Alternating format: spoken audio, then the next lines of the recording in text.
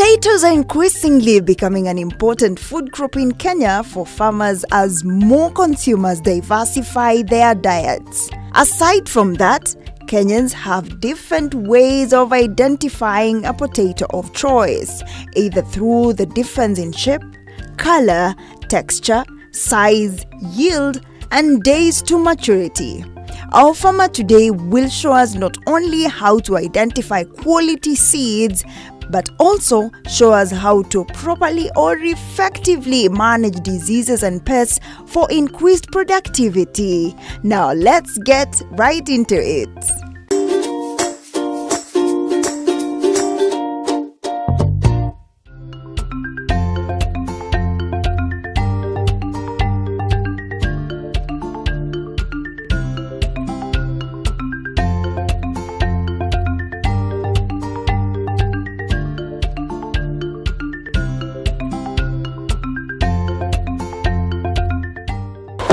Hello, good morning, good afternoon, good evening from wherever you're watching us from.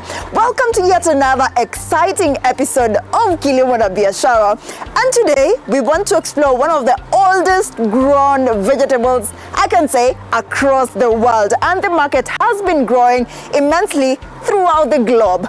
Well, I'm speaking about potato farming. Here in Kenya, we call it viazi. So can we explore this market and get to learn about it? Are you interested in venturing into this type of farming? Well, you're in the right place. Well, let's go to the farm.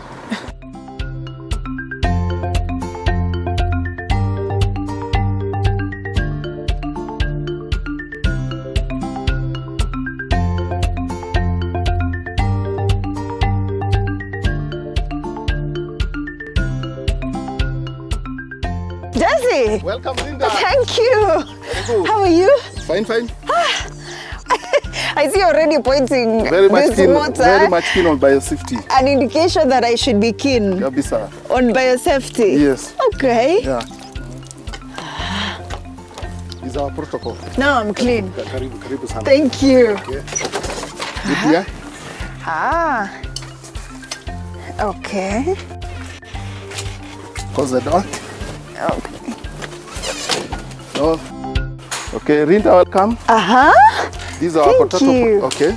This one is our production, potato production facility. Like the propagation unit now. Yes. Yes. Now this one is a Shangi variety, which is very popular. Also, you have different varieties here. We have different. We have three varieties. We have Shangi, which is very popular. We have Wanjiko, a hot cake right now, and we have Unica. You will tell me why it is popular. But first, before we talk about the production and everything about this crop, how did you begin? How did you decide it is potatoes you're going to grow? Before I was working as a teacher, then I saw an opportunity in potato production.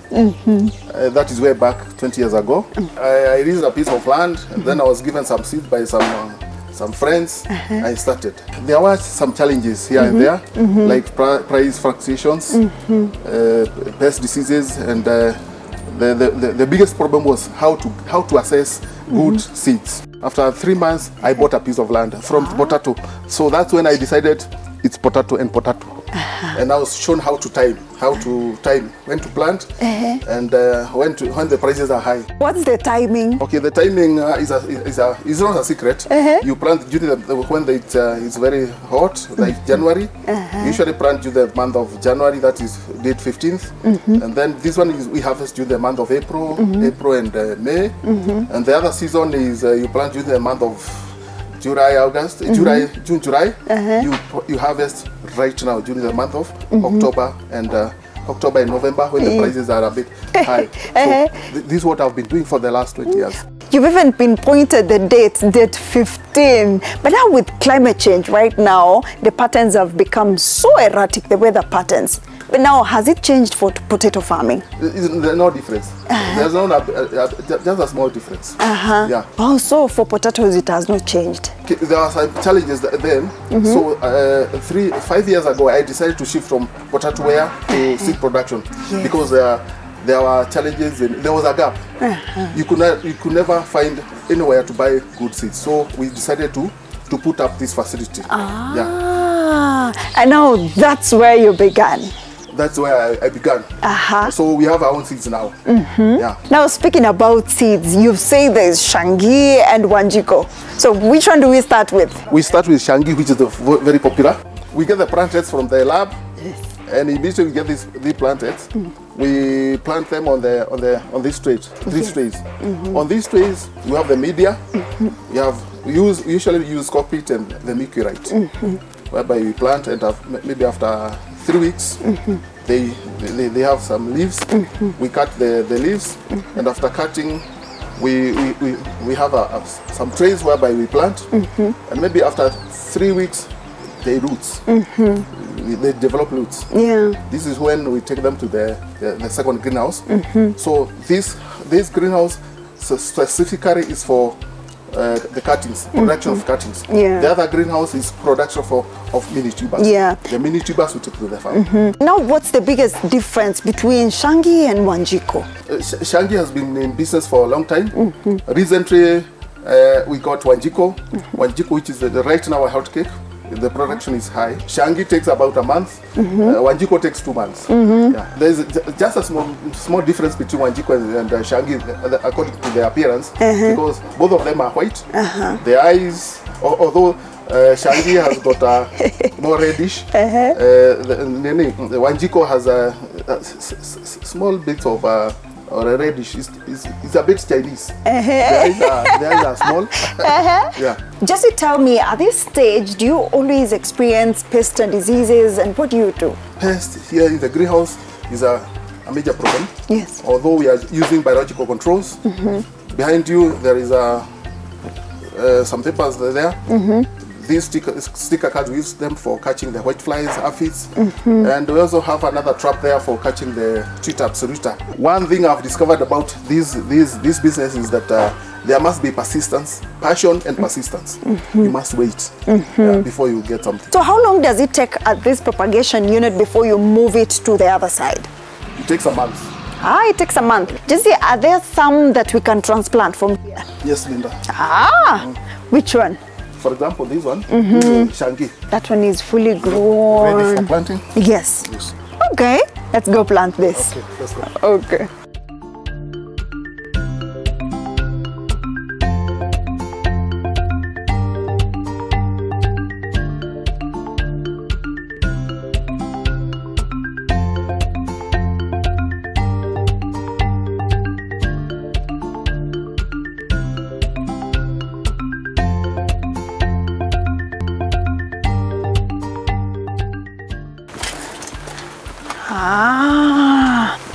So which stage is this now? Now this stage is the production of mini tubers from the cuttings. Yes. Okay. So you had prepared this place already? Yes. Okay. Just say now this is a mixture of what and what? This one is a mixture of cockpit, vermiculite and pumice. So where do we begin? We make these holes 5 centimeters by 5 centimeters, and then we do the planting. Just like we do the cabbages. We plant. Just throw it in. We throw it in. So I see here you've already done some spacing. Let me help you.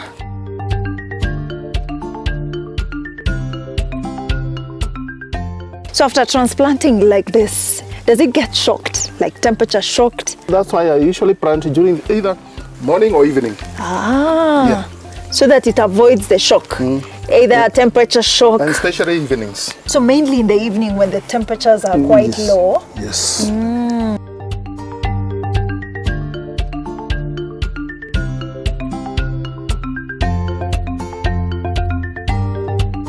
Just ujue hii inakujia kabisa. Harvest. Yes. Iko mbili, iko na twins. Nitoanishe. Tamea tu haita compete. Okay. 2 stems means it is going to have more tubers.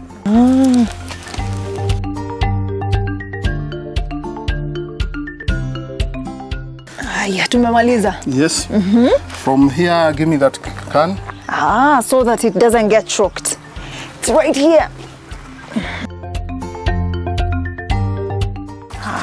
So it needs a lot of water at this stage. Okay. It's okay. Sasa hapa inakaa for how long? It stays for 1 month. 1 month only? Yeah. Aha. Na kutoka hapo? From here, production of these tubers, mini tubers. Ah, these are mini tubers. Yes, this is a final product here. Yeah. Do you sell them? We don't sell these because if I take this one to the farm, it's going to produce 20 big ones, which I'm going to sell at a better price than selling this one at 15 shillings. Ah, so if someone gets to buy this, they're going to triple. They're going to get triple or even more from this. From here, I can get about 200 kilos of potato. Yes, from this. Jesse, this is a cash bag. Not really. I see you have different varieties here. You've talked about Shangi as well as Wanjiko, but is there any new development in this particular section? We have developed a new variety. It's called Line 7. Yes. It's much superior to Shangi than Shangi because it's resistant to blight and also PCN. The research is still ongoing? It's ongoing on Line 7. Yeah. Tell me more about this variety. What are some of other unique things about it? The variety, on taste, it's sweet. It's better than Shangi. And the period that it grows, it takes about 75 days to 80 days. It grows faster than Shangi.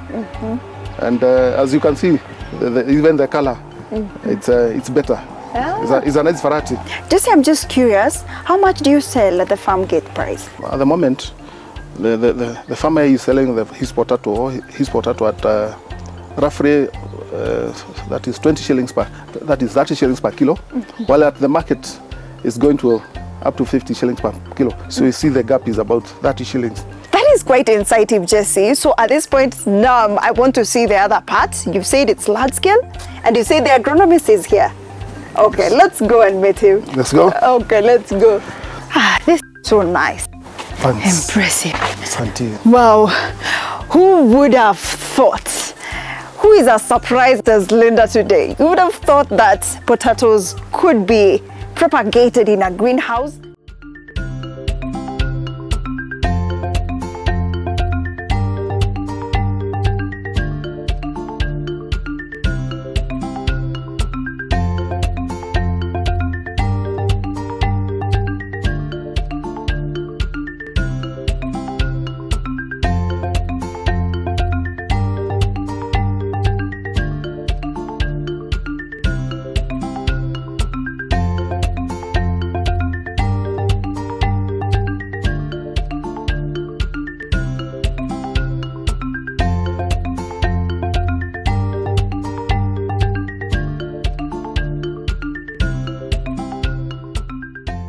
And did I tell you where we are? We are in Kinangop area, which is in Nyandarua County. And don't let this sun fool you. It's quite breezy here, very cold. If you're just joining us, we are focusing on potato farming. Earlier on, we showed you the entire process from the greenhouse, but now we are in this vast land full of potatoes. Let's get to learn more about this. And right here we have our agronomist today. Niaje? Kwa sana. Ninaona spraying inaendelea nyuma yangu. Yes. Nanga katika hii section, naona inahitaji kusprayiwa sana. Yes, zinahitaji. Kama wakati kuna kajua, sama saizi huku, climate, kuna kamvua kidogo na kajua kidogo. So mmea isikuwe na stress, ni lazima tuna spray dawa. After every 2 weeks, tuna spray. Nganga, kama mtaalamu katika sekta hii ya viazi na unafanya kazi sana na wakulima, ni changamoto gani haswa umeona wanapatana nazo? Shida moja yenye wakulima hapa wamepata mostly, hawajui mchaga. Wakati unapanda viazi, lazima mchaga yako iangaliwe ama iko na acidic ama mineral zake zenye hazina, iende ipimwe, waangaliliwe. Ya pili, unaangalia mbegu kwenye umenunua hii ya viazi, ama ni ile baya ama ni mzuri. Nganga, najua hapo awali umeongelea kupigwa kwa dawa kwa mimea hii. Maybe unaweza eleza wakulima hiyo mpangilio, wanafaa wapige dawa kivipi? Mkulima anastahili kujua ya kwamba ni lazima ile dawa ananunua. Kitu ya kwanza akinunua dawa, aulize huyo agronomist ama stockist kwenye anunua dawa PHI yake ni ya siku gapi, kwa sababu hiyo mostly ndio wanakosea sana. Unaona dawa imeandikwa Biashara in 3 days, lakini mkulima anataka kuharvest kesho, anapiga leo. So hiyo inaleta madhara, hizo makansa, magonjwa zingine. So kitu ya muhimu ni ajue siku zenye hiyo dawa inakaa katika mmea. Red eye, hiyo inamaanisha nini? Ama macho inamaanisha nini? Ni macho. Kama hizo kuna tomato hivyo, hiyo yenye huaga inatoa branch. Sasa hizo branch, kwa sababu viazi mzuri ni lazima ikuwe na kutoka branch, ikuwe na hizo tumacho, sasa macho karibu 7, 8, hiyo ndio viazi mzuri. Ili hata kipanda hiyo viazi, hiyo macho yote itaweza kutoa branch, na kila branch itampea viazi. So ikiwa na branch mingi, ndio ataweza kutoa faida mingi na viazi mingi katika shamba yake. Ng'ang'a, sasa mtu kama mimi nikienda sokoni ama mtu yote akienda sokoni, nafaa kujua aje hii ni viazi nzuri, hii ni viazi mbaya? Kitu cha kwanza, viazi unaangalia, kama tuseme viazi lazima ikuwe hard vizuri, so si ila tukishika hivi inapasuka, ukirusha hivi inapasuka. Hiyo kitu ya kwanza aangalie. Ya pili, ataona kwa viazi, ataona kuna vitoda huku juu, hiyo sio viazi mzuri. Lazima angalie vizuri, ama tafute kisu akate, ataona viazi zingine huko ziko na rust na zingine zitakuwa ina good color. Ng'ang'a, na sasa njia nzuri ya kupanda hii mimea inapandwa aje? Tunasema katika wiki 2 hizi viazi zinakuwa zimemea.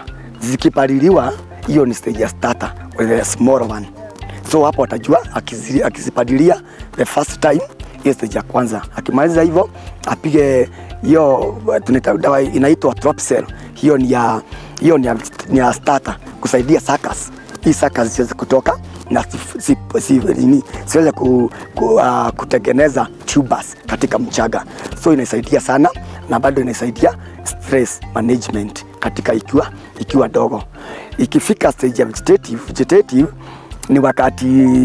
ni wakati inatoa matawi. Wajua tunasemaga chakula, hii tubers inatengenezwa na hizi matawi. Hiyo ndio inatengeneza hizo viazi. So ili kuwe harden hii leaves, lazima inaitagwa phosphocell. Hiyo dawa lazima akuje aipige iweze kutengeneza hizi leaves, au ziwe kubwa, ziweze kukula chakula, zipe ule mmea uko chini. Kutoka hapo, wakati zinatoa hizi bones ili tengeneze itoe flowering, tunapiga dawa inaitwa amino PK. Amino PK inasaidia sana katika kwa hizi maua. Ikiabort hizi maua zianguke, haitaweza kutengeneza ile chakula. So hiyo amino PK inapigwa iweze sasa, ile tubers imetengenezwa na phosphocell inaisaidia inatengeneza inakuwa mnono, alafu inakuwa kubwa. So hiyo hasa unajua samaga hiyo sugar yote iteremshwe chini ili iende iko harden hiyo viazi, ili kada kwa duka ati hata ukikaa kwa store inaweza kaa almost 3 months bila kuharibika, kwa sababu ile maji yote ile amino PK imeteremsha ile sugar uko chini na viazi imekoma. Lakini sasa Ng'ang'a, kila stage iko na dawa, hata inaogopesha. Yes, hivi sasa tunasema ni kilimo biashara. Ili mtu anataka kupata nini? Faida, apate pesa, so lazima atumie dawa. Sasa kando na dawa, ukiona kama imefika wakati wa kuharvest, unajua aje hii stock itatoa viazi ngapi? Wakati sasa iko na flowering, venye imetoa hizi maua, hizi maua venye imetoa vizuri, hiyo unajua. Alafu uone kama hizi venye unaona iko na branch, almost 1, 2, 3, 4. Hiyo ni viazi moja. Iko na branch gapi? 4. Na tukasema viazi moja, hii branch moja inaweza mpea viazi 3. So hapa atakuwa estimate hii viazi moja iko na almost 12. 4 times 3. 4 times 3. Iko na hizi 12 potatoes. Kwa hivyo ikiwa na stock 6, unaweka times 3. Unaweka times 3. Ama saa zingine inaweza hata pita. Yes. Sasa kwa ujumla, tuambie biashara hii ya viazi iko aje hii Kenya? For now, sema hapa bei hizi serikali imejaribu kutengeneza bei iko sawa. Kama saa hizi tunaona 50 kg ya gunia moja, 50 kg, a very small one.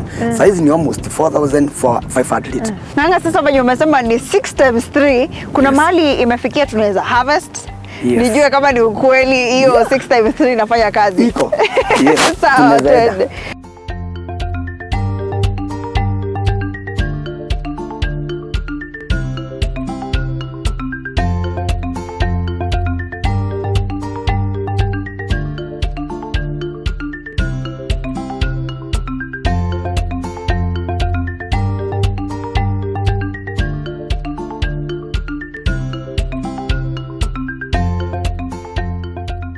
Sasa hii ni shamba ingine yetu.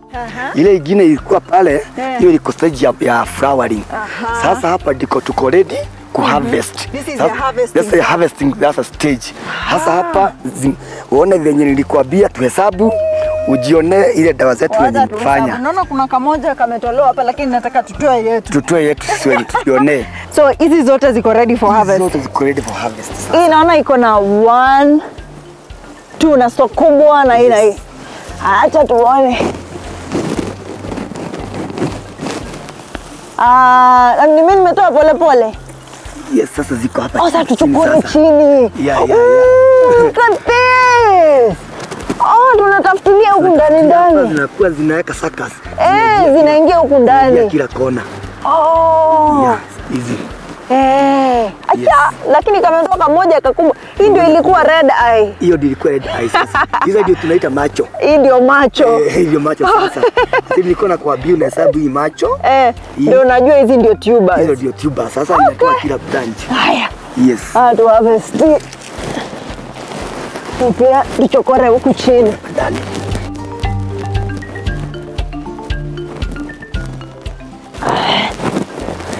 Mwisho hizo. Yes. Na nafunika viazi zetu. Acha niekelee hapo. Tuelekea gani ingine? Hii side ama twende hiyo side? Tuelekea hii side. Hii side? Yes. Inakaa imenini vizuri. Tunaweza toa hii. Hiyo imetoa kubwa kubwa. Yeah.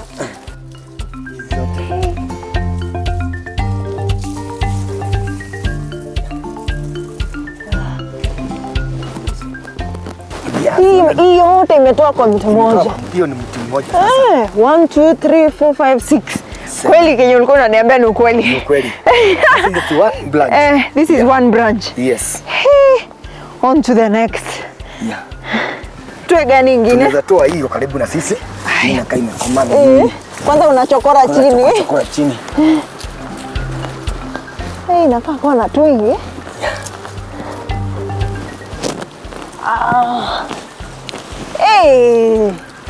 Kuna twingi. 1 2 3 4 plus 4 8 9. That's one branch. 10. Yeah. Kwa hivyo kwa hii shamba tunaweza pata gunia mingi sana hapa. Hii sasa unaona shamba kadogo kamoja. Unaweza pata almost 9 to 10 bags. Hiyo ni ya 50 kg. This small space. Na hata ijafika quarter neka na unaweza pata all those kgs. Haijafika hata kidogo. Haka kulingana na venye tumetumia hiyo teknolojia ya hizo dawa, so inatoka mingi na bado zote zinakuwa zimekoma vizuri. Kwa hivyo hii viazi yenye tunaona imekuwa makubwa hapa ni zile tuba tuliona huko earlier on. Yes, kali mliona kule kwa greenhouse, hako ndiko tumeleta hapa. Nanga, this is so impressive. Na leo sinunui kwa soko na hiyo bei ya 250. Tuzichukue. Nipimie ya hapa. Sasa tuwekelee hapa. Wekelee hapa. Si unajua kupima na mkono? Yeah. Tumezoea hii kila wakati tuko kwa shamba. Leo niko lucky. Nachukua kutoka kwa shamba. Kabisa, inakuwa fresh nzuri. Yes. Sasa hizi in fact nilikuwa nimejipanga ng'anga. Yes. Vizuri. Ni juu sitaki kubeba mingi leo. Okay. I still have a lot lined up. Yes. Kwa hii story ya potato. Sasa leo hata tu nibebe yenye naweza. Unaweza kupika kama kimo leo. Kama kimo ama nitengeneze sauté. Yeah. Kama tuchipo. So umesema hii nachukua na 150, ndio? Wallahi tena mtu asisikie kwa sauti. Ya. Sisikie venye tena bei mzuri hapa. Wallahi. 150 yote. 150 yote. Mimi nimeenda. Kwa hili. Thank you so much. Yes, it has been quite insightful. Mimi nimefurahia. Okay. Kabla watu wafikirie hiyo bei. Thanks. Asante sana. I hope you've enjoyed today's show. Look at this. At the farm gate price, of course, the prices are so favorable. These I'm going home to just to cook some potatoes, some saute potatoes, or even chips. But well, did you know that you can grow potatoes in a greenhouse? Who would have known? And we've showed you the entire process, and trust me, we are nowhere close to finishing this potato farming thing.